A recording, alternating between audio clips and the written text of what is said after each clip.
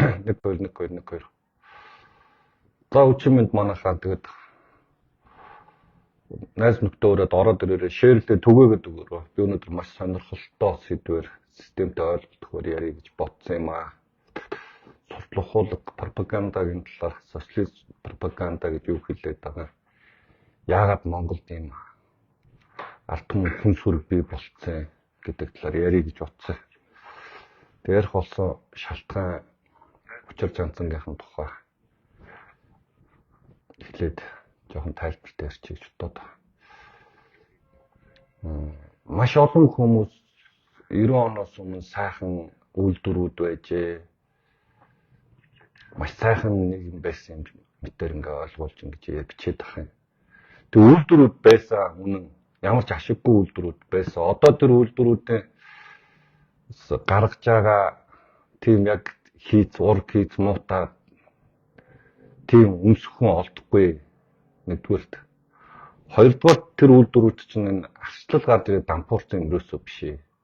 Тэр чинь ашиггүй болоод дампуурсан үйл явдлууд аа. Тэгэхэд энэ хүмүүс ингээд социализмын хүн чанартай сайхан сэтгэл байж гэдэг хүмүүс ялангуяа манай миний үеийнхэн болон надаас 50-аас дээш насных агч нар маань нэг жоохон юмыг ойлгож хараа. Та нарын бичиж байгаа тэр хүмүүжлтэй сайхан байсан бол та нар яагаад ингэж хараад бичээд байдгийг. Хүн дүүжилж ал шул толгойг даст гэдэг ингээд идэх юм бэ. Тэгээ яагаад ийм болцсон юм бэ? Яагаад ийм хүн сүрэг бий болчихвоо гэж. Тэр түүхийг нийлээ урагшаа аваад ярьчих гэж бодоод байгаа. 1920-ад оны үеэс эхлээд улаан Оросууд Монголд орж ирээд тэр Монголын өнгөтэй өвтөө болгоныг алж явах үйл явц эхэлсэн. 1922 оноос эхэлсэн тэр бодоогоос эхэлсэн аллага, солийн данзан, тэгэл Пилжтийн гиндэн энэ Агдан бүгийн амар гэдэг тэр манай сайд нарыг алах үйл явц дотор юу болоод өнгөрсөн юм бэ гэж. Тэгээ яагаад социалистийн пропаганда Оросууд бидэнд ингээд сурталчилгаулаг ингээд ихтгэл өмчлөлтөөр бий болгоцсон юм бэ гэж.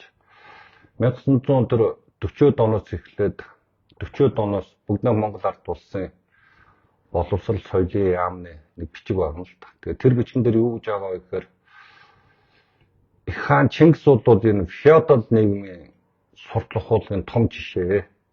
Тийм болохоор энэ нөхрийг бол ингээд болохгүй. Энэ феодалын бурангүй ёсныг сурталсан болно гэдэг 40-од оноос эхлээд шууд Чингис хаантай холбоотой түүх, соёл, бичгийг хориглосон байна. 1930-ад оны үеэс эхлээд монголчуудыг шашинд итгэх итгэлийн устгах үйл явц хурдтай явсан. Яагаад ийм болох болсон бэ гэхээр Лев Троцкий гэдэг хүн Ленинд хоёр том Ленин тэр үед одоо тухайн 1917 онд коммунистууд большевикууд төрийн эргэлт хийж байхад гол сурталчилгын нэг байсан Лев Троцкий гэдэг хүн. Энэ бол яг төрийн эргэлт болсон юм байна л да 1917 онд. Тэгээ сүүлд нэг юу болгоол 30-ад оны дунд үеэс эхлээд Октябрийн хувьсгал гэж бичигддэг болсон юм билээ л. Тэрнээс тухайн үед л төрийн эргэлт хийжсэн хүмүүстэй. Тэгээ тэнд юу болсон юм бэ гэхээр Лев Троцкий гэдэг хүн хоёр юм айгүй чухал юм хүний ураг тархийг бохирдуулж устгаж болох хоёр айгүй том сурталчилгын үг хэлсэн байт юм л та. Нэг нь юу вэ гэхээр Оросын ард түмэн зүрх сэтгэл хэрэгтэй. Тэр зүрх сэтгэл нь эх орноо хайрлах зүрх сэтгэл багт болно. Оросын ард түмэнд энэ оюун ухаан, мэдлэг боловсрал, аливаа юмны учир шалтгааныг ойлгох. Тэгээ ийм хэрэггүй. Яагаад гэвэл Ленин багш коммунист нам чин замаа чин заагаа гэрэлтүүлээд мандуулаад аваад явчихдаг юм аа гэж. Нөгөөх нь Лев Троцкий юу гэж хэлсэн бэ гэхээр аливаа улс үндэстнийг өөрийн болгож удирдахын тулд өөрийнхөө гар дор байлгахын тулд хамгийн түрүүнд түүх соёл шашныг устгаа. Түүний үн зүйлийн тээж байгаа хүмүүсийг устгаа. Дараачих нь үеийн сэхэд юм дэвшилт үзэлтэй академигээс хангалцдаг хүмүүс гардаг юм а. Тэднийг хэлмэгдүүлчихээ. Тэгээ үг дуулгүй ингээд та нар захирагдах болно гэж. Ингээд Лев Троцкийн үг хэлж Монголд яг энэ үйл явдал болж эхлээд бидний тэр түүх рүү орсон л доо. Бидний тэр түүхийг устгах монголчуудын өөрсдөөр нь бахархах тэр бахархлыг устгах ийм үйл явдал руу орсон. Тэр түүхийнх нь оронд Чингис хааных нь оронд хэнийг бий болгосон бэ гэхээр Ленин багшигт нэг юм бий болгосон. Тэр язгууртны ихэсдээд хотод хувилгаа тэр шашны маань тэр юуг авч явж исэн соёлыг төвж явж исэн тэр бичиг соёлыг маань тээж явсан тэр язгууртнуудын маань устгаад тэгээд Ленин гэдэг хүнийг Сталин гэдэг хүнийг бий болгож одоо Чингис гэдэг нөхөр чинь ингээд ерөөсө болохгүй. Энэ хүн бол ингээд их бодол булхаа ингээд хүн алж шатдаг ийм харгас ярахчин байжээ. Тэгээд одоо ингээд Монгол ингээд Ленин багшийн замаар л ингээд Монгол гоё хөгжиж байгаа маа гэж. Нэгдүгээр ийм үйл явдал болсон. Түүхийн талаасаа тийм учраас одоо хүртэл түүхээ уншдаггүй тэр хүн сүрэгч юу гэж үзээд байдаг вэ гэхээр Монгол мөхчөөс нэг бахан тэнгүүтэй хүмүүс байжсэн чи орцууд авч ирсэн юм шиг ингэж ойлгодог. Түүхийн устгацсан учраас ингэж байгаа шүү. Соёлын маань түүхийн соёлын маань энэ бичиг соёлын маань устгацсан учраас ийм ойлголт болж байгаа. Хоёрдугаарт эдгээр яаж монголчуудыг бий болгосон бэ гэхээр боловсрлоор бий болгосон. Ялангуяа 40-од оноос хойш үйл явдал дотор сургуулиуд маш ихээр бий болж ингээ хүүхдүүдийг сургасан. Тэгэхэд бол юу болсон бэ гэхээр ингээд мөхчөөс улсыг Орос ахнаар л аварсан. Одоо ингээд зөвлөлт холбоот улсын зөвлөлтөй арим ирэл монголчуудыг ингээд аврал ингээд бөөст хууртнаас нь салгаал ингэсэн гэдэг ийм бүр бодит ийм боловсролын системд ингэж орцсон. Ерөөсөө зөвлөлт холбоот улс байхгүй бол ингээд Монгол баларна. Ингээ Оросын холбооны улсын зөвлөлт холбоот улс гэдэг улс байхгүй бол ингээ Монгол гэдэг чинь хогийн сав болоод ингээд устчна гэдэг. Ийм ерөөсөө хүүхэд байхаас нь эхлээд ингээд ийм үйл явдлууд болсон. Тэрний тод жишээ бол одоо Оросоо дагаад амьдрий да тэгэхгүй бол хятадууд эзлэх гээд байна гэдэг. Ийм ойлголтууд одоо ялангуяа хэл соёл дасар их хотод орж ирсэн. Бидний өөр хэл соёлыг мэдхийг байхгүй болгоцсон хаасан. Тэгэхээр эдгээр ингээд боловсролт маань ингэж орж иржээ. Тэгээ соёл урлагт бол ингээд дуу шүлэг кино те одоо тэгэл лард ээлжмэлч юу гэдгийг тэгэл баахан юм социалист пропаганда агуулсан суртлах хуулийн кинонууд бий болгосон. Энийг бид нар зарим түүх гэж буруу ойлгодог. Тэгэл нэг Орос гэж нэг агуу хүн байгаад тэр бидрийг аварцсан юм шиг. Тэг бүх дуу бичгэндээ бол их хаана дуулахад болсон 40 оноос хойш Монгол соёлоо дуулах болсон. Агуу Ленин дуулна, агуу эцэг Сталина дуулна, эцэг Чо болсноо дуулаад улаан тугаа маань дуулаад ардын намаа магтаад л. Тэгээ Маога дуулаад тэ ингэж явсан. Ийм үйл явдал ингээд соёл урлагаар дамжаад бидэнд орж ирсэн. Ахаад нэг том суртлах хуулийн том зэвсэг болж чадж ирсэн юм юу вэ гэхээр бидний энэ уурах тархинд бий болгосон юм юу вэ гэхээр бидний ерөөсө хорвоо ертөнцөөс тасалсан. Зөвлөлт холбоот улсын мэрэгэн жолоодлогоор коммунист нам мэрэгэн жолоодлогоор Монгол ардын хувьсгал нам нүдэ анж дагаад ард түмэн тэрний араас явах. Ийм ойлголтыг ингээ хурдтайгаар бий болгосон. Өөр улс үндэстэнтэй үнэхээр тэр хөгжил дэвшлийн тухай бидэнд ойлголт байхгүй болсон. Тэр байтугай 1970-аад оны үед энэ хүртэл 80-аад оны дунд үе хүртэл сүүл үе хүртэл баг байсан юм байлээ. Энэ барууны энэ төв номын сан дотор барууны юу ном гэдэг нэг тийм танхим байсан. Тийшээ бичиг цаас авч ороод тэгээ цохуулаад тэндээс нэг англиар цөөхөн ном байдгсэн тэрийг авч эрдэмтэн мэрэгдэн хүрээнд л ашигладаг байсан баг. Ийм үйл явдлууд ингээ бий болсон. Дараа нь ахаад юу болсон бэ гэхээр энэ хамт олонд нь хүмүүжил. Ялангуяа 1960-аад оноос хойш маш хурдтай бий болсон зүйл бол хувь хүний итгэх санаачлал, хувийн өмч ийг устгасан 64 оноос хойш.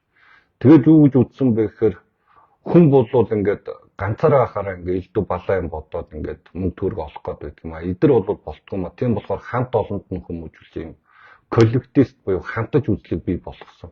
Өөр үзэл санаатай хүмүүсийг бол ингээд айлгаж ингэж мартуулдаг ийм том систем бий болцсон. Тэгээд тийм учраас тэр үед энэ барууны дуу хөгжим сонсоёг хоригддаг те. Жинс өмд өмсөхийг хоригддаг. Тэгээд соёлын ялгаа ингээд бий болчихсон магадгүй тэгээд тэр Польш моц янз бүрийн газраас сурж байгаа ганц нэг пянз орж ирэх юм бол тэдний араас ингэж явж тэдэн дандаа Монгол ардын хувьсгалт нам тухайн КГБ-гийн хяналтанд ор тэр хөгжим сонсдог залуучууд л тэрийг мэдхгүй ингээд байж дүүсэн байна. 1970-аад оны дунд үед улсад нэг сонин түүх болсон гэдэг юм лээ. Нэг багш хотоос томлогч очихдоо нэг касет аваад очижээ. Тэрэн дээр тухайн нэг барууны дуу байж. Тэгсэн чинь ингээд тэр багшийг хилмигдүүлээд тэр багшийг ингээд хилмигдүүлээд чагн тагнаад ингээд 5 жил тэр багшийн махыг гэсэн баг жишээ.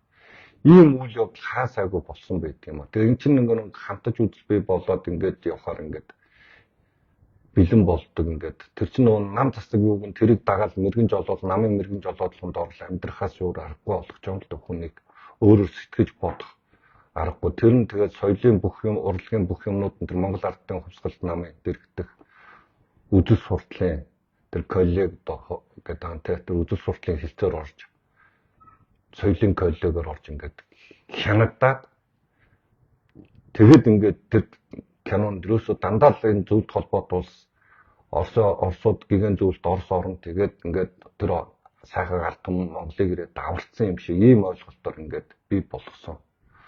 Тэгээд бид нар өөрсдөө түүхээ мэдхээ болсон учраас Оросыг дахин шүтэх юм бол бүгднээс Монгол ард улсын түүх гэдэг түүхээр 1951 оноос ардын хувьсгал гэж өөрсдөө зөвхөн 30 жилийн ойгоор ингээд Монголд Оросууд бичээд өгсөн. Тэгээд тэр нь ингээд хамгийн түрүүнд ихтэй сургуульд орсон энэ оюутнуудад юу ордог байсан бэ гэхээр Маркс Ленинизмын онол тэр Марксийн коммунистууд тэгээд энэ коммунистуудын материал ийм онлууд коммунист социалист ийм онлуудын хичээл заадаг гэсэн. Тэгээд тархинд нь юу шингээж өгсөн бэ гэхээр социализм гэдэг нэг ийм сайхан ингээд байгуулчаар тэг мөрөөдлийн диважин байгуулад бүгдөө тэгээ цаашаа мөрөөдлөхөө коммунизм руу явна. Энэ дотор бол ийм өөр үзэл мүзэлтэй ингээд өөр тийшээ харж явах юм бол энэ болдгоо ма. Тийм учраас бүгдөө нэг тийшээ хараад ингээд намынхаа мэрэгэн жолоодлогын дор ингээд явах ёстой гэдэг ийм суртлах хуулгаар ингээд олон жил ингээд уураг тархиа бохирдуулсан. Дахиад нэг юм юу байсан бэ гэхээр энэ шагнал шийтгэл Монгол ардын хувьсгалт намаа дагаад өгсөн үүрэг даалгаврын амжилтаа биелүүлээд ингээд намцгийнхаа мэрэгэн жолоодлогонд ор явах юм бол чамд хөдөлмөрийн үнд медаль, алтан гац юу гэдэг жуух дипломтой өгнө.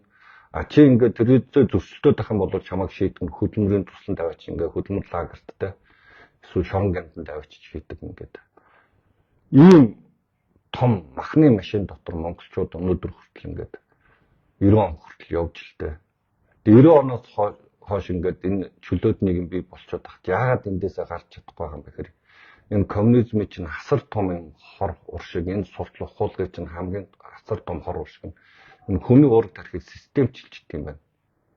Ирэх зүйл нь тунгаахтай аливаа юмны учир шалтгаан зөв буруу юу гэж тийм ойлголт байхгүй болгочих юм л та. Зөв буруу юу гэхээс илүүтэй манай талуу дайсны талуу гэдэг сэтгүүгээр хандуулдаг. Тэгэд ийм хүн сүрэг ингээд 90 он хүртэл бэлтгэгдчихжээ. Тэр 90 оноос хойш ингээд хэдий 35 жил арчлал ялаад ингээд Монголд ийм чөлөөт нийгэм эрх чөлөө ингээд бий болоод ингээд 35 жил болцсон ч гэсэн тэр хүмүүс уураг тарих яг энэ системчлсэн уураг тарихаас гарч өгөхгүй байдаг. Яагаад гэвэл тэр хүмүүст аливаа юмыг харьцуулах боломж байхгүйсэн байхгүй. Тэгээ ямар сайн алтан Москва гэж тэгээд тэрийг ойлгоол тэр сэтгүүгээр яг ингээд юмд ханддаг. Тэ одоо яг ийм хүн сүргийг чинь хэн удирдахад их амархан байгаад вэ гэхээр нөгөө нэг эх оронч тэдэр чинь нөгөө нэг хүн юм болохоор бас нэг юмаа тэжээх ёстой шүү дээ. Хүн учраас ээгөө тэжээх ёстой. Тэгэхээр тэдэрт юу бий болгож өгсөн бэ гэхээр энэ цэвэрлэг эх оронч хүмүүжил ард түмнөө гэсэн тэр сэтгэл хоёрыг бэлдсэн байгаа. Тэр нь ямар ч өөрсөнд нь учир замбраагүй ойлголт. Тэгээ бид миний хүүхэд нас энэ пианорыг дайраад өнгөрсөн л тэгэл нэг Баатар пианор гэж нэг ийм суртлах хуулгын тэр сонин сэтгүүлчин бүгд тэнцэг хэлэлцдэг байсан. А тэгтээ манай энэ ганцхан Улаанбаатарт хэлэлцдэг манай Монгол ардын хувьсгалт намын тэр суртлах хуулгын машинаар гардгүй байсан. Бүх байгууллагууд дээр Монгол ардын хувьсгалт намын тэр суртлах хуулгын хэлэлцэс энэ тэндгүй бүх байгууллага дээр улаан орсын сургагч нар байждаг гэсэн. Тэрийг давхар хянжаадаг гэсэн. Тэгхэн Монгол Ардын хувьсгалт намынхаа мэрэгэн жолоодлогыг дагаж ингээд нүдэ дагаад явна. Тэр хүн бол тушаалдаг шиг боломжтой. Ийм л нийгмийг, ийм социализм гэдэг нэг ийм том аимшигтай ийм машин дотор хүмүүсийг ингээд машиндад гаргаад ирсэн. Тэр бид нар чинь нөгөө түүх соёл маань байхгүй болсон, шашин маань байхгүй болсон. Энэ шашин болоод уурга тарихыг хордуулагч хар тамхиныг одоо ингээд устгах хэрэгтэй. Үнцээр нь гэдэг ингээд 30 он тэр олон мянган хүн халаад хятад ингээд байхгүй болгоцсон. Тэгээд хорлоог нь чой болсон гэдэг хүн бол их агуу хүн. Одоо энэ бол мөнхийн түүхийн үнэн гэдэг Оросд хийгдсэн кино байдаг юм билээ. Энэ чой болсон 1970-аад оны үед бас Монголд гарч ирсэн юм билээ. Тэгээд ерөөсөө энэ чой болсон бол ингээл Японы тагнуулыг илрүүлээл ингээл халаал хядаал тэгэл ингээл гин дэмд нар ингээд урахжсэн тэдэн эсэргүү нарыг хувьсгалын эсэргүү нарыг илрүүлж алсан гэдэг ийм тархинд нь ингээд бүр чигжээд хийгээд ингээд нүдэд оролцсон. Социалистуудын нэг том юу бол энэ дотоодын болон гадаадын дайсан бий болгодог.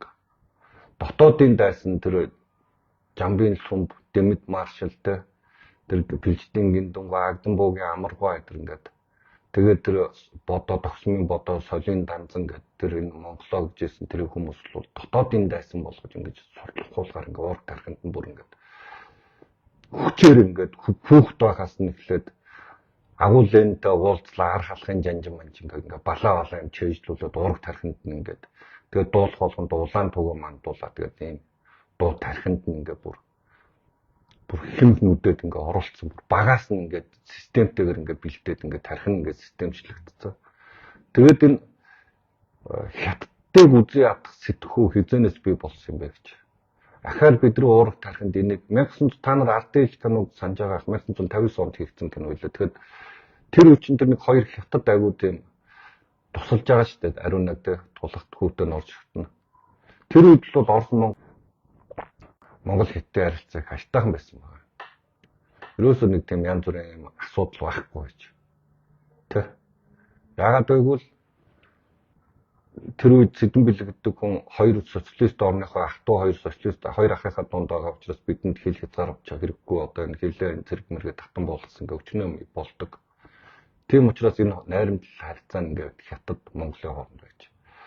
Яагаад монголчууд ингээд гівгүнт ингээд хятадаас айдаг айдас бий болцсон бэ гэхээр 1960-аад оны ихэнх үеэс эхлээд Хуршив Маава хоёрын муудал цаанаас болоод Монголд хятадууд орж ирнэ. Одоо яг та нарыг идэх чинь өдөр шөнөгүй ингээд хутгаа ирэлээд хятадууд сууж шүү. Одоо яг орж ирэх чинь гэдэг ийм айдсыг ингээд өдөр шөнөгүй ингээд хийсэн. Тэр киногаар харуулах асар том даалгавар ирсэн. Тэгээд тэр даалгаврын дагуу тэгэл ацг шүтний зөрөөмөр өвчнөн кино бийдээ тэ. Тэгэл ингээд нөө сахиулуу өдр гэл ингээл өчнөө юмар ингээд ураг тархинд нь бас ингээд ортлон ингээд чигжээд ингээд бий болгоцсон. Бидний өөрсдийн маань түүх соёлыг болохоор юу гэж үзэжсэн бэ гэхээр энэ феодал ёсны бурангүй ёсны энэ Чингис гэдэг чих муухай хүн байсан.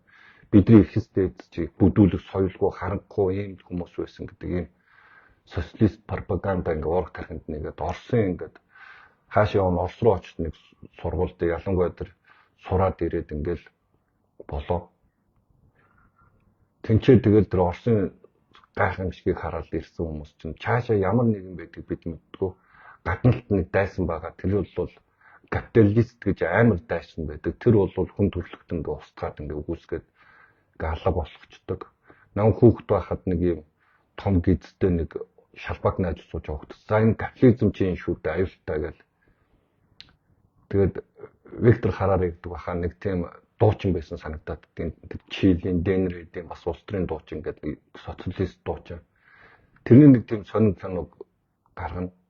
Тэг бүх энэ султлахуулагч нь юусэн ингээд хэвлэл, сонин, зурх, радио бүгдөө ингээд хянагдсан дандаа улаан орс ингээд бидэнд туслаад ингээд агуу Монголыг ингээд яг өгөхөд мөхөж явахт ингээд агуу орс орн ингээд аварцсан юм шиг бидний ураг тархинд ингээд хийгээд ингээд чигжээд ингээд бүгдөө өнөөдөр хүртэл ингээд ийм хүн сүрэг болоод ингээд мунхаг юм хүмүүс бий болцсон ингээд амьдраад байгаа юм л та. Энийг бол бүгдөө ингээд уцаа ирэл Google-тэл хаагаад яг юу болсон яасан ингээд харчмаар байгаа. Эсвэл ингээд түүхийн маш олон номнууд гарсан байгаа. Тэдрийг уншаад YouTube руу ороод тэр мартаж үл болох давтах учиргүй түүх гэдэг энэ Бацаахан доктор, Лонжид доктор, Баатар доктор гурыг олцсон. Тэгээд манай саахын тэр сүл телевизээр гаргаад байгаа мартаж үл болох давтах учиргүй түүхийг өргөжлөөд яваад байгаа. Тэгээд тэр мэрэг ингээд үзээ тэр Отгонбаяр гонцсон гээгцэн түүхийгцэн нэг сонсчмоор байгаа юм л та. Тэгээд энэ бүх зүйл чинь ингээд бидрийг энэ харанхуй бүдүүлэг хүмүүс байгаа юм а. Энэ ингээд дандаа социалист пропаганда суртлах хуулгаас болж монголчуудын хүн сүрэг үүсэж юм а гэж. Одоо энэ хүн сүрэг дээр хэн тоглоод байгаа юм бэ гэхээр энэ яг түрүүний миний хэлдэг тэр эцэрэг их оронч хүмүүжил арт түмэн гэсэн сэтгэл өдөргөл ингээд нэг ийм үгнүүдээр ингээд энэ хүн сүрэг дээр чинь тоглоод Монголыг хорлоод байгаа. Тэгээ тийм хүмүүс ч аюу хамрах юмд итгэн. Яагаад гэвэл тэд нар чинь нөө эргцүүлэн тунгаах сэтгэхгүй байхгүй. Логик буюу ямар нэгэн учир зүг ойлгох тэр сэтгэлгээ эдэр чинь бэдгүү. Шууд ингээд програмчлагдсан учраас шууд хүлээж авдаг юмыг. Тэгээ хаана тэгэгдсэн бэ гэхээр фейс гэдэг. Тэгээ тэд нар чинь зориулаад ингээд Монголыг хорлоё гэсэн хүмүүс санаатаагаар урд хойд хөршийн захиа даалгавраар монголчуудын хооронд нь хагалт буудлах, сүнөх, Монголын эрх чөлөөг үзий ядуулах, энэ арчлалыг үзий ядуулах ийм хийгээд байгаа маа. Жишээ нь энэ уран. Яг уран яагаад хортой юм? Тэг бид нар өөрсдөө энэ юмд эхомонд очиж үзүүлдэг юм уу? Бид нар чинь хүн төрөлхтний энэ хэрэглээд ангаах дэвшилт болцсон энэ эрентгэ тэгэл юу гэдэг энэ эхо аппарат эдэрт очиж үзүүлдэггүй юу бид нар?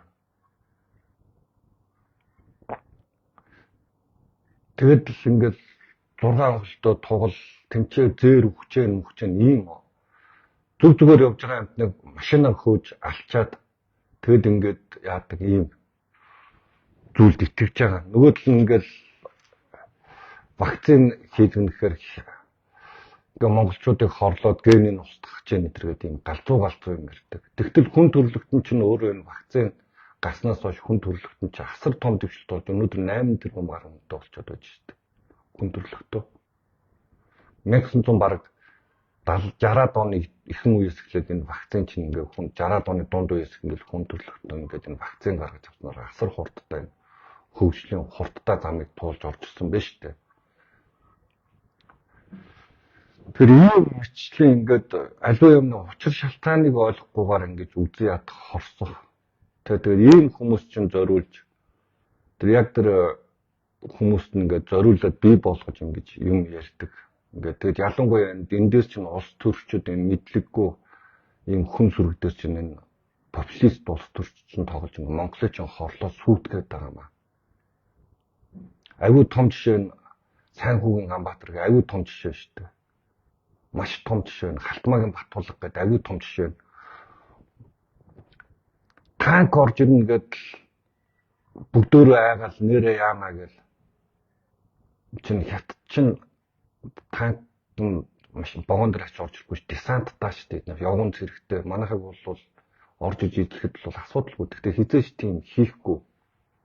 Орсууд ч амархан. Гэхдээ хизээч бид нөлөө орж ирээд биднийг алаад шулаад ийм байхгүй. Зүгээр л энэ айц социалисттэй нийгмч үед нөө нам засгаас эсрэг байвал болохгүй гэдэг. Тэр айц чинь ингээд өөрсдөө чинь хүлчээд тэрэндээ чинь тоглоод байгаа. Гэтэл бидний хөгжил ингээд 20 жилээр ингээд гацаад ингээд тэндээс хэн хоцсон бэ гэхээр Халтмаагийн Батулга л хоцсон. Салхитын мөнгөний ордгоо хувь хвшлэхэнд байж хат буу шийдэм авчичвал одоо энэ ерөнхий сайд Халтмаагийн Батулга хоёр л дундаас нь мөнгө хожоол. Тэр мөнгөний шагааг ярьсан яриагаа ш. 1.7 их 80 төгрөгийг нэг нь ховдоо авсан баг шүү дээ. Нийлбэл 3.4 их 80 гэсэн үг. Одоо энэ төмөр замын хулгай одоо аптек дээрээ ингээд нууцын зэрэгт оруулсан. Оюутны засгийн газар багт нууцын зэрэгт оруулсан. Одоо тэр чигээрээ байж лээ. Энэ хичнээн их 80 төгрөгийн хулгай, 10 гаруй их 80 төгрөгийн хулгай. Одоо энэ голомтын баясгалангийн тавьсан төмөр замч. Тэг бид өөрсдөө мэдхгүйгээсээ болж юм хүн сүрэг дахлаагүй ингээд аливаа юмны учир шалтгааныг ойлгохгүй юм социалист сурталхуулах давтснаасаа болж ингээд өөрсдөндөө дайсан бэлддэг. Тэр дайснаасаа өөртөө айдаг. Тэр айдсаасаа болж ингээ өөрсдийнхөө өнөөдрийн үр хүүхдийнхээ ирээдүг маргааш ингээ хорлж яадаг. Ийм зүйл болчиход байгаа учраас би хүн сүрэх гээд байгаа юм. Малч нь хүү хаа ихээр толгой нэргээд явахаараа нэгийгээ дагаад бүгдөө явчихдаг. Яг тэрэн шиг ингээд мал шиг байгаад байгаа байхгүй да. Тэгэхээр чинь би энэ ард түмэн гэдэг чинь хүн сүрэг юм аа л гэдэг. Одоо тэгээд нэг юм сонин Монголын газар нутгийг зараад 7000 км квадрат талбайг маань зарцсан байна, марцсан байна гэдэг ингээл юм. Одоо тийм үлгэр домог шиг юм бити итгэлтэй. Энэ үлгэр домогч нь бол ингээд та нарыг ингээд мэдлэггүй хүн сүрэг шиг байгаад байгаа болохоор чинь шидээд байгаа байхгүй да. Эндээс чинь ингээд улс төрчид илүү их тоглоод ингээд эх орончийн дүр тодруулж ингээд хүн сүрэг чинь тааруулаад байгаа. Монгол улсын газар нутаг сая 500 мянган квадрат километр талбайгаар л байгаа. Хэн нэгэн эрх мэдэлтэй аваачаад зараад ингээд Монголын газар нутгаас яагаад ингээд хилээс нааш ингээд татчих матдаг. Тийм байхгүй шүү дээ. Монгол улс чинь хуультай, хилийн зэрэгтэй, батлан хамгаалалттай, гайлтай тэ. Тэгээд тэр энэ 44 их 80 төгрөг нүүрснөө хулгай энэ духан дээр зэвтэй байшингийнхан буюу Монгол ардын намынхны хулгай хийсэн. Хэдэн жолооч нар ингээд очихоор нь ингээд төрүүлсийн дугаарыг инчээ хийгээл тэгэл аваачаал хил гаргаад өөрийнхөө дугаарыг солиод тэргээд ийм галзуу бити итгэлтэй. Энэ 44 их 80 төгрөгийн чинь зүгээр л аптек гэрээ хийж авах хулгай хийсэн байхгүй да. Оюутны хулгай энэ. Монгол ардын намынхны хулгай. 24 оноос сонгуульд бэлж хулгай хийсэн хулгай. Идэж уух гэж хулгай хийсэн хулгай дээр тонол. Ахаад нэг жишээ. Энэ суртлах хуулга ийм тарих толгоогоо эргүүлж ингэж яхаар ингээд ядаж нэг юм акценерээсээ ч явуултлаа, үр хүүхдээсээ ч явуултлаа асууж агаад энэ яах ингээд нэг юм Google хайгаад үзчихэлтэй. Би сүүлийн 3 өдрийн захааг элбэгдэрч гэдэг хүний тухай бичсэн.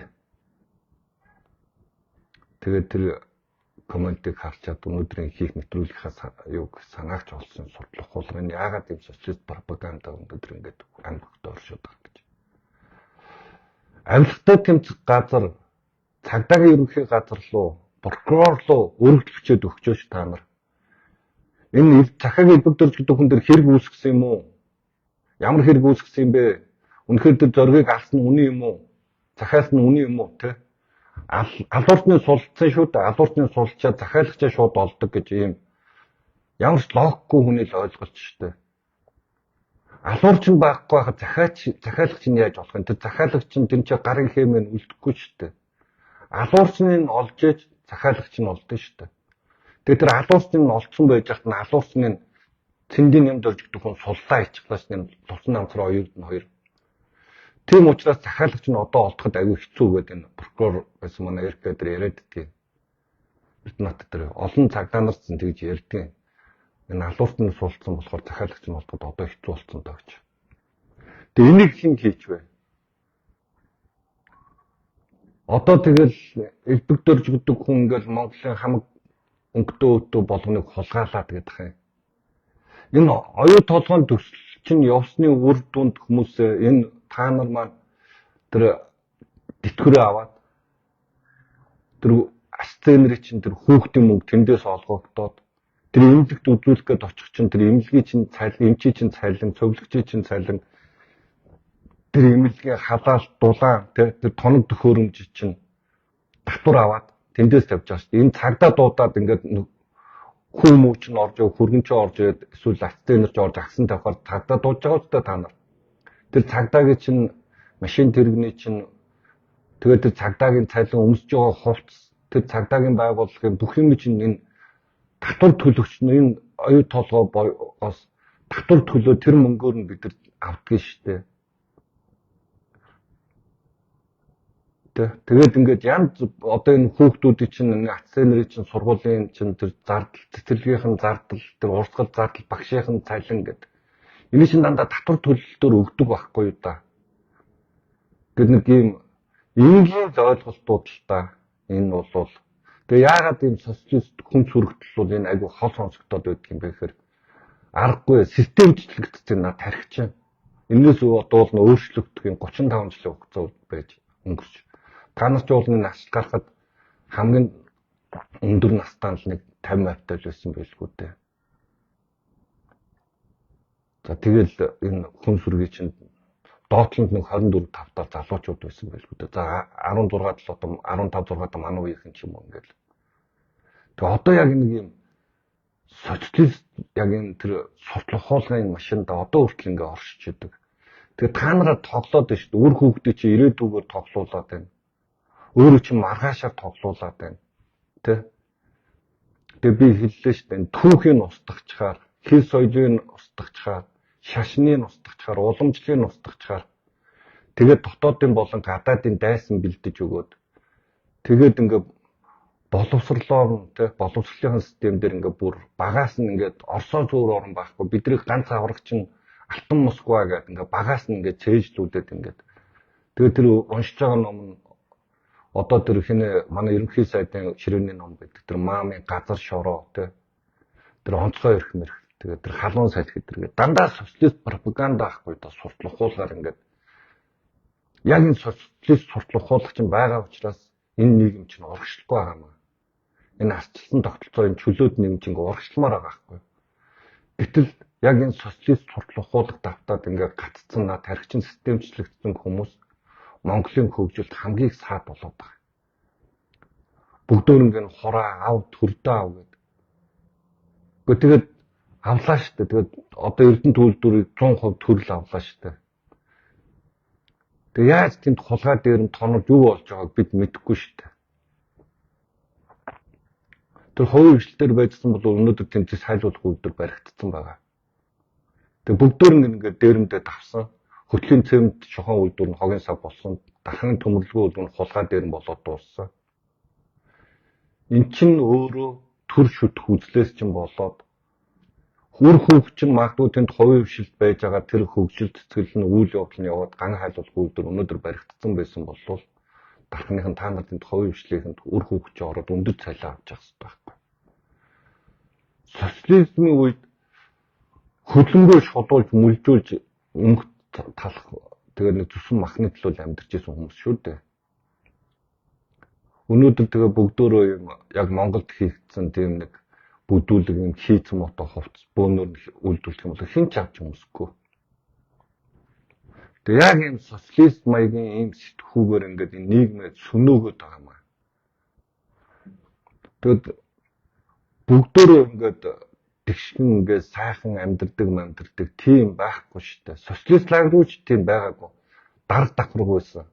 Сэхэтэн давхрагтай. Тэд нар дарга нарын дэлгүүргээ тустай байсан. Тэд нар хамаг тархан махын иддэг байсан. Ажилчин анги нөгөө яруу алдарт ажилчин анги ямааны 3 махан дээр хоньны 3 махан дээр оочрлж алддаг байсан. Сүү талхандаа оочрлж алддаг байсан. Дарга анги чинь бол тийм байгаагүй. Тэгэд ингээд бид нар баялгаа зараагүй социалист лагер үед гэдэргээл ингээд нэг юм галзуу юм яриад байдаг. Тэр үед чинь Эрдэнэ төлөвлөрийг жишээ нь 78 оноос хойш 90 он хүртэл ганц төгрөгийн татвар аваагүй бид нар Орос руу ямаа зөөжсөн шүү дээ. Нэг хоноо бид нар 5 рублээр л өгчээсэн шүү дээ. Тэгэхэд Монголд өөрт нь хонь 80 төгрөг байсан, 80-аас 120 төгрөг байсан гэдэг юм лээ. Мардан орд байна. Бид нар ганц төгрөггүй ураанаа ачуулсан шүү дээ. Одоо энэ Жонш байна. Хинтийн говь сүмбрээ. Хинтийн.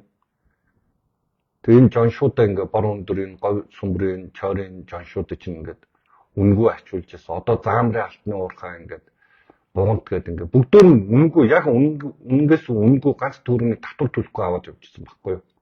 Одоо Монгол улс чинь гаргаж байгаа нүүрс, гаргаж байгаа зэсмийн баяжмал, төмрийн хөдөр юу гэдгийг гаргаж байгаа юм болгоноосоо бид нар татвар авдаг байхгүй юу да. Тэгээ ийм ялгаатай юм аа. Тэгэд социализм үед ингээд яах аргагүй ингээд уурга тархиа ингээд бохирдуулаад аргагүй л дээ хүүхэд байгаас чи ихлээд ингээд зодоод Ленин ихэн Сүхбаатар 2 уулцсан, Сүхбаатар 2 уулцсан гэдэг ингээд уурга тархин чинь суулгацсан. Тэгээ яг тэр сэтгүүгээр ингээд энэ хорвоо ертөнцийг яг ингээд харах гэдэг юм. Одоо боломжгүй. Тэгээ та нар үр хүүхэд акционерийнхаа ирээдүйд гай болж байгаа гэдгийг илүү сайн ойлгоо. Үр хүүхдийнхаа өөрийнхөө маргааш их гай болж байгаа шүү дээ. Энэс чинь болж энэ Монгол Ардын нам гэдэг энэ бүлэг дээрэмчид та нарын боломжийг хулгайлаад идэх байхгүй да. Төрдөө авж байгаа та нарыг жаргана гэж худлаа хэлээд энэс чинь болж энэ Монгол Ардын нам гэдэг энэ тухан дээр цэцэгтэй байшингийн дээрэмчид та нарыг тоглоод ингээд хохироогоод ингээд амьдралчин өнөдөр хогийн сав болцсон байгаа юм аа. Тэрнээс энэ эрх чөлөөг авчирсан Догомдын Сосроо орон, Эрдэнийн Батүл, Захаагийн Илбэг дөрдөр Даагаан болд эдрээс Баабар эдрээс болж та нарын амьдралд ороотойгүй. Та нарын сонголтоос ч болж социализм үеийн сэтгхүүгээр ингээд ч болж яг юм гаццсан тархинаас ч болж та нар өөрсдөө амьдралыг ингээд сүнөөгөөд ингээд үр хүүхдийнхээ ирээдүйн маргааш ингээд сүнөж устгаад байгаа юм аа. Энэ арчилсан хувьсгалыг авчирсан энэ ах эх нарт маань ямар ч буруу байхгүй.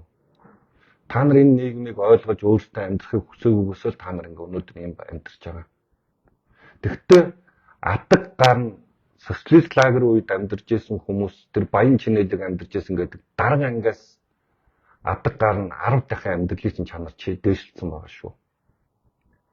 Айлын хаалга тогшид ямар ч айлхан зург түтхэ болсон те эндүүгүй айл гэж байхгүй болсон. Бүгд та нар хувийн өмчтөө болцсон. Цахилгаан бараагүй айл гэж баг байхгүй болцсон шүү дээ. Тэгээд бүгд та нар хувийн өмчтөө болцсон. Та нар хашаа байшингаа сайжруулахын тулд тэрийг эргэлтэнд оруулж болж гэн те. Та нар гар утсаа өөрсдийнхөө хүссэн газар аваачаа тавиад эсвэл зарж үрээд хайчиж болж гэн. Бүгдөө ингээ хувийн өмчтөө болцсон байхгүй да. Тэгээ хувийн өмчийг үзээ яддаг тах юм. Социализм үе чинь бүгдөө гуйлах чинь байсан шүү дээ. Ямар ч өмчгүй. Тэг яагаад гэвэл Сэдэн бол 1964 онд Монголд 1921 оны хувьсгалтай энд тэнцвэр үйл явдал боллоо.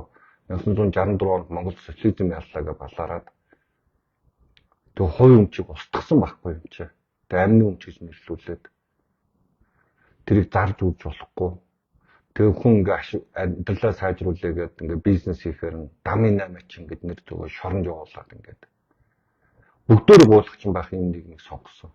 Тэг энд нь бол бүгд итгэжсэн. Яагаад гэвэл та тэр нийгмийнхаа эсрэг байгаад ингээд үзэл бодлоо илэрх юм бол та дайсан болж харагдаадсан учраас та нам цэцгийнхаа мэрэгэн жолоодлогонд ор ингээд нүдэнэл явахаас шаарахгүй болсон юм аа. Тэгэхээр энэ сурталхуул гэдэг юм өнөөдөр хүртэл ингээ амь бөхтө оршоод энэ ганцхан Монгол болоод байгаа биш юм байна.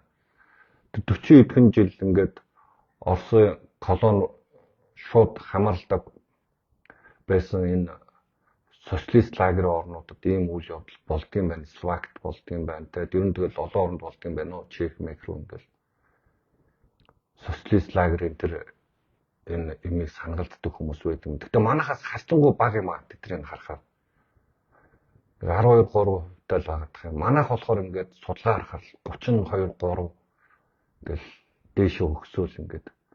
Тэгэхээр энэ эрүүл ухаанаар ингээд асуудалт хандаа.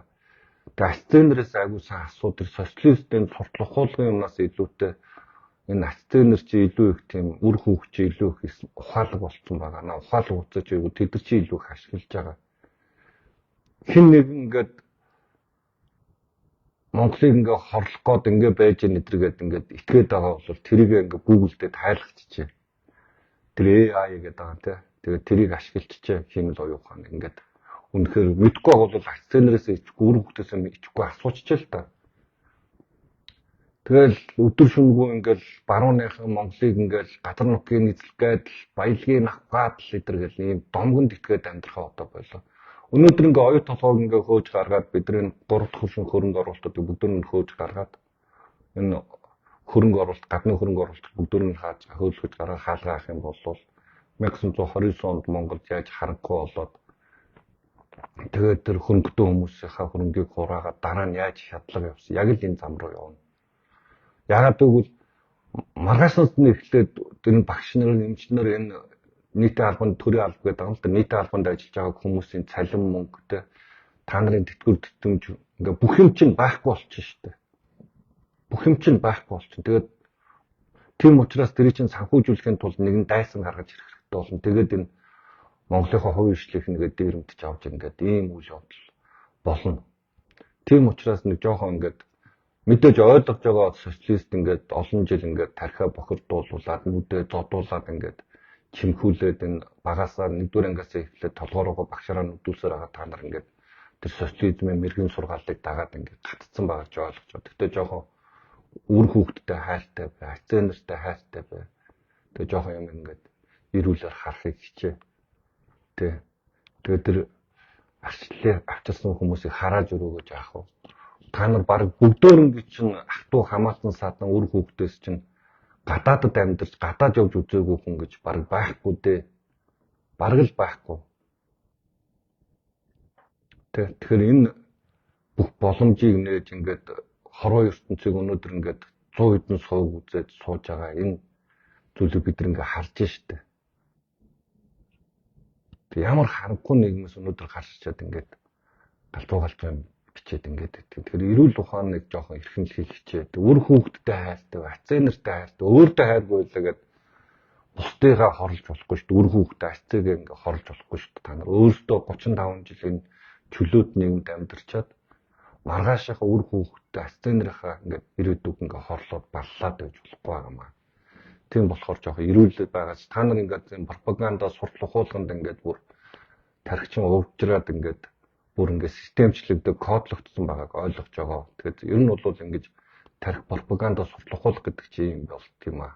Тэгээ энийг ашигладаг хүмүүс нь Монгол ардын намын дээрэмчид энэ популистууд Монголыг хорлж идэг энэ популист гэдэг байгаа чинь юу вэ гэхээр ард иргэдийн хүсэл сонирхол хизээч биелэгчгүй зүйлийг амладаг хүмүүсийг популистууд гэдэг байгаа шүү дээ. Одоо баялгаа аваад ард түмдөө тарааж өндөргөө тэнцүү хуваан моон гэдэг. Энэ бол дандаа популизм боломжгүй зүйл. Ийм амлаж байгаа хүмүүс та нарыг хуурж гарч ирээд дараа нь нэг нь дайсан зааж өгдөг байхгүй. Одоо энэ элбэгд орж өгдөг дайсан зааж өгсөн байхгүй. Одоо энийг алъя гэдэг. Энэ зөв буруу юу гэд бид нар бодохгүй манай тал дайсны тал гэж сэтгхүүтэй учраас шууд энэ рүү ханддаг. Тэгээд энэ нэг эх орончийн дүр тоглосон Монголыг хорлож байгаа энэ урагч нар ялангуяа энэ Монгол нэрээр босоо хөх мөх гэдэг элдв толгойн нэрээр арад нь Монголыг залгацсан юм. Өөрсдөө өнцгөх үзэлтэйг хотлоо домог зохиоцсон юм. Гэргүү хүлдүү юм малнууд та нараар ингээд тоглоод байдаг байхгүй да. Тэгэхээр үр хүүхдтэй битгий гай болоороо. Монголын ирээдүйд битгий гай болоороо гэдэг. Би өнөөдөр энэ пропаганда гэдэг энэ юу юм бэ гэдэг талаар Монголд яаж хүн сүрэг бий болсон юм бэ гэдэг талаар яриад байгаа. Асуулт ойлгохын тулд ганц хоёр асуулт хэлчихдэг. За. Хүн ойлгохоор л ярьж байна да. Одоо юу энэ хүн сүрэг хэдэн хувьтай байдаг бол гинэ. Ер нь ингээд судлаа харж байхад нэг 30-аад л хувь байгаад гэдэг юм лээ. 30-аас 32% хэлбэлзээд байдаг юм лээ. За нэг өөр асуулт байна хаа.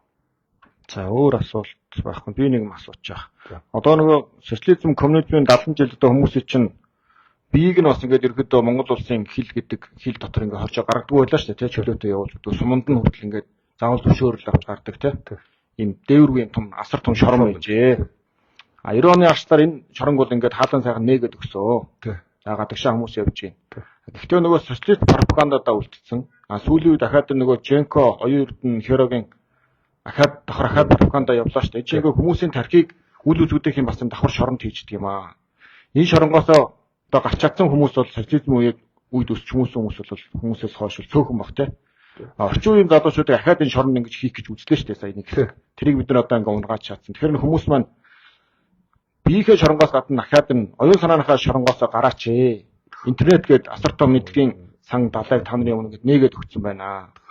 Тэгээ энэ талаар одоо ингээ залуучууд маань уншиж судалж авах хэрэгтэй байх те. Тий. Юу ялангуяа түүхийг гүржийн түүхч хэлсүү гэдэг баха. Эдийг санаад байна. Юу түүхөө мэдгүй хүн бол үндэсгүй мод луга. Засан дээр мөргүй хүн луга. Өөрийн бодлого боол луга. Болт юм агч. Яг ийм утгатай өгсөн бид. Тэгээ манай Бацаахан докторын нэг гоё үг байгаа шүү дээ. Монгол хүнийг танигдахын болтол ингээд устгаа хийцэн гэж. Ой санамж нь устгаа хийцэн гэж.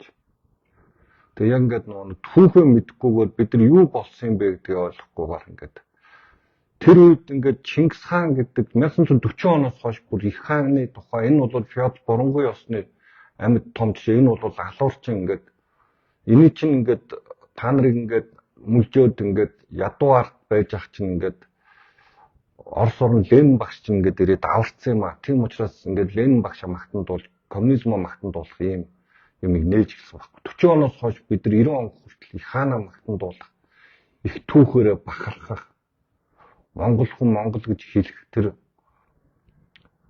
бидний тэр ой санамжийг устгасан байхгүй юу? Бүх ой санамжаа устгуулсан. Тэгээд тэр хүмүүст багаас нь эхлээд бүр яаш цэцэрлэгээс нь эхлээд тэгээд тэр Мао Цзэдуныг дуулуулаад, Ленин багшин дуулуулаад, Улаан тугийн дуулуулаад ингээд өсгөөд ингээд өнөөдөр хүртэл ингээд явсан тэр хүн сүргчин ингээд одоо хүртэл ам бөхтө оршин тогтноод байна л да. Тэгээд энэ уул нь ингээд гарах арга зам нь их уул нь бол иргэний боловсрол гэдэг нэг юм хууль байдаг. Энэ Германд дэлхийн яагаад фашистуудаа төрүүлсэн бэ гэхээр мэдлэггүй юм хүн сүрэг байж байгаа төрүүлсэн. Тийм учраас энэний эсрэг иргэний боловсрол 1949 онд гарсан хууль гэдэг. Насан туршид иргэний боловсрол гэдэг. Ер нь иргэний боловсрол гэсэн хууль байдаг. Тэр хуулийг хэрэгжүүлж иргэдийнхээ мэд хэрхийг хангадаг, эрхийн хангадаг хуулиудын танилцуул түгээдэг байж байгаа. Тэр нь ингээд эрүүл хүмүүс ихэнхдээ бий болоод ирэхээр эргцүүлж тунгаах тийм уурах хэрэгтэй болдог. Энэ хуулийг ингээд ярих юм бол нөлөө юу болчих гээд. Тэгээд ийм хуультай байдаг юм. Энэгээр ингээд дамжууд хүмүүс өөрсдийнхөө яагаад бид нар ингээд татвар төлчөөд өөрсдөндөө ингээд мэдхэрхээ хангуулах хууль байхгүй байгаа юм байна гэдэг бодоод үзэх хэрэгтэй тий. Тэгээд ийм хуультай байж энэ өөрөө ингээд хүмүүс нь эрүүл сарвал ухаантай болдог. Тэгээд ийм эрүүл сарвал ухаантай хүмүүс чинь энэ дээрэмж хууртаа болно шүү дээ. Духан дээр цэцэгтэй байшингийн дээрэмжтэй тий. Энэ нөгөө нэг тоталистуудад халтмаагийн бат тулахт одоо энэ Hero Entertainment-ийн энэ худлаа пропаганда нэвтрүүлэг гэдэрт хууртаа болно. Энэ оюун эрдний дээрэмж тонолт хууртаа болно. Тэгээ юу зөв юу бурууг ингээд ойлгодог болоод эхэллээ шүү дээ. Тэрнээс дайсны тал уу манай тал уу гэж харахаа болоод эхэлнэ. Бидний уурах тархич нь социализм яг тэр пропаганда давтсан учраас Оросын холбооны улсын эсрэг байгаа бол дайсны тал гэж хараад байгаа байхгүй юу? Украин дайсны тал, Израиль дайсны тал, тэ? Одоо Америк дайсны тал, баруун бол дайсны тал. Энэ зөв буруугийн тухай ойлголт бидэнд байхгүй. Ийм социалист пропаганда давтсан хүмүүс. Тэр Бэлэгт жишээ нь сая тэр эбигийн тэр хийсэн юу ч нь бол дэлхийн монголчуудын наадам юм лээ шүү дээ. Дэлхийн монголчуудын холбооны зохион байгуулсан. Тэр ерөнхийлөгч нь өөрөө захиаг хэлбэгд орч шүү дээ. Тэгээд тэр хүн хийсэн наадам дээр нь очиод энэ лалад сууж ингээд ийм хөлдөө тэр бол залууханд хүн баг шиг байл шүү дээ. Тэгээд ийм ухаангүй ийм харанхуй бүдүүлэг тэгээ өөртөө ингээд соёлт хүн төлөвтөнд ингээд очсон чиний эдгээр сая тэгээ тэр харанхуй нэгэн байхад тэр залуу бол сумын төвөөс аймгийн төв орж чадахгүй шүү дээ. Сум нэгдлийн дараагаас зам явах аав 2 төгрөгөөр аймгийн төв орохдоо аймгийн төвөөс хэрв нийслэл рүү Улаанбаатар руу орж ирэх юм бол эсвэл манай Эрдэнэт рүү орж ирэх юм бол 10 төгрөгөөр зам явах уу. Гэхдээ яах ч байгаагаа заавалчгүй хэлнэ. Тэгээд тийм шоронд байж исэн байх хэрэгтэй байхгүй тэр хэрвээ насч гараагүйсэн бол зүгээр л тийм нэгэн төвч хэвчээ. Бүгд найрамдах Монгол ард улс гэдэг аврах том шоронгийн чинь төлхөр нь бол Монгол ардын намд л байдаг байлаа шүү дээ тий. Тэндээс хэн гарахыг Монгол ардын намд мэддэг байсан шүү дээ. Тэгээ зөвлөлт холбоод бол Кремл мэднэ. Тий. Тэгэл Синчэнэс даалгавар өгнө. Одоо 90 онд чинь энэ элбэгд орж байгаа Батуулга Соо хэднэр чинь ерөөсөө тэр том аврах том шоронгийн чинь хаалгыг нээгээд өгсөн. Тэгээ гадагшаа одоо жишээ нь Америк руу ч юм уу Хятад руу Япон руу явах онгоцон тэд нар хүчээр авч суулгаагүй шүү дээ тэр хүмүүс тийм үү? Хаалгыг нээгээд өгсөн өөртөө суугаад явсан тий. Яг тэрдээ адилхан таны оюун санааны чинь хаалгыг бас ингэ нээгээд өгсөн байгаа. Та ингэ тэндээсээ гарч чадахгүй тэнд дотроо суугаад байна. Одоо манай иргэшилөө төвөөс гэдэг юм одоо ингэ Соо бид нар Батуулах бид нар Төвшөө хатар яриад байгаа чинь тэндээс гарцсан эргээд харахад та нар ийм юм дотор байсан шүү гэдээ одоо хүмүүс ойлгуулад хэлж өгöd хаа тэндээ гарахгүй гэж суугаад байгаа хүмүүс одоо үнэхээр өрөвдөлтөй хамсалтай байна тий. Хамгийн гол нь үр хөвгтөө бод өөрийнхөө маргаашийг бод битгий Монголын ирээдүйг хорлоод бай тий.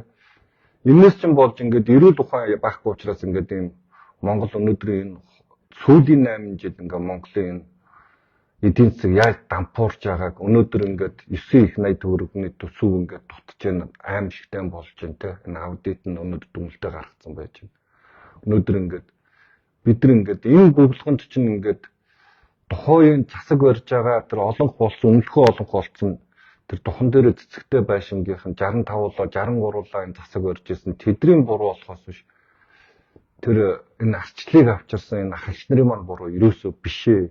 Та нарын сонголтынхоо хариуг хүсэж байгаа шүү дээ. Энэ өөртөө шорондоо баймаар байвал тэгэл шорондоо л байна шүү дээ. Хаалгууд онгорхоо байгаа шиг тийм. Тий, энэ эрүүл нийгэм рүү гарч ирж энэ эрүүл ухаанаар аливаа юм хараасаа л гэж хүсэж байгаа байхгүй. Тэгээд энэ пропаганда сурталхуулах гэдэг юм хүнийг яаж зомбируулж юм зомби хүн сүрэг болгодог ингээд магадгүй бид нар ингээд одоо ахад нэг 10 20 жилийн дараа энэ зомби хүн сүрэг байсан гэдгийг түүх олдоод үлдээсэй гэж хүсэж байгаа юм. Нэмж битээ зомби хүн сүрэг болоосоо л гэж хүсэе. За тэгээ өнөөдрийнх нь лайвыг энэ хүрээд өндөрлөө баг цаг шахуу ярьсан шүү дээ. За.